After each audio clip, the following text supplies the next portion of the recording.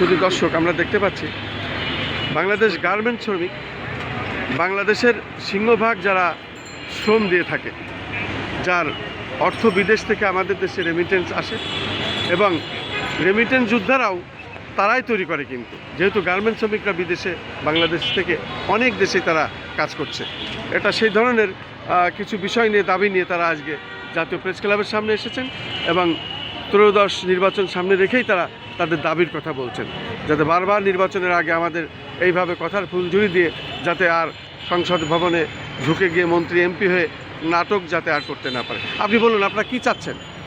আমার নাম রফিকুল ইসলাম সুজন, সভাপতি বাংলাদেশ গার্মেন্টস অ্যান্ড শিল্প শ্রমিক ফেডারেশন। আসন্ন জাতীয় সংসদ নির্বাচন ফেব্রুয়ারি মাসের 12 তারিখে। আপনারা জানেন, মালিক সংগঠন বিজেএমই, বিকেএমই মালিকদের সকলকে ডেকে অন্তর্বর্তীকালীন সরকার তাদের ডেকে নিয়ে হাঁ ভোট দিতে বলেছেন।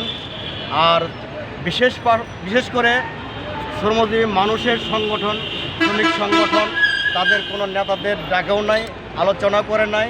আমাদের দুঃখের সাথে বলতে হয়, আমাদের শ্রমিক শ্রেণীর 85% ভোট শ্রমিক শ্রেণীর, কিন্তু শ্রমিক শ্রেণীর কোনো মূল্যায়নের জায়গাটা আমরা পাই না।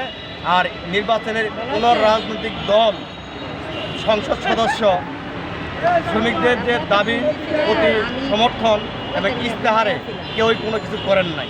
আপনারা জানেন, মালিক পক্ষকে যদি অন্তর্বর্তীকালীন সরকারে ডেকে নিয়ে মিটিং করে, সভা করে হ্যাঁ ভোট দিতে বলেন, তো শ্রমিকরা তো উল্টা ভাববে।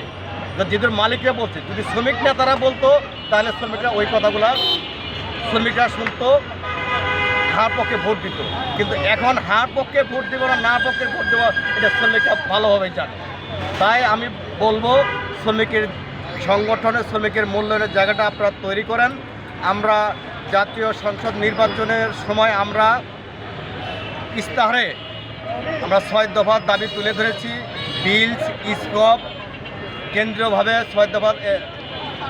9 দফার দাবি তুলেছেন। আমি সাভার, ঢাকা 19 আসনে, সাভার আশুলিয়া বসবাস করি। আমরা ওখানে 47টি ফেডারেশন, আমরা সকল প্রার্থীর কাছে যাচ্ছি, দাবিনামা দিচ্ছি। এই দাবিগুলা যদি নির্বাচনের ইস্তেহারের মধ্যে সংযুক্ত করেন, আর শ্রমিকদের দাবির প্রতি যারা সমর্থন করবেন শ্রমিকরা, তাদেরকেই ভোট দেবেন। ধন্যবাদ। আপনাকে অনেক অনেক ধন্যবাদ।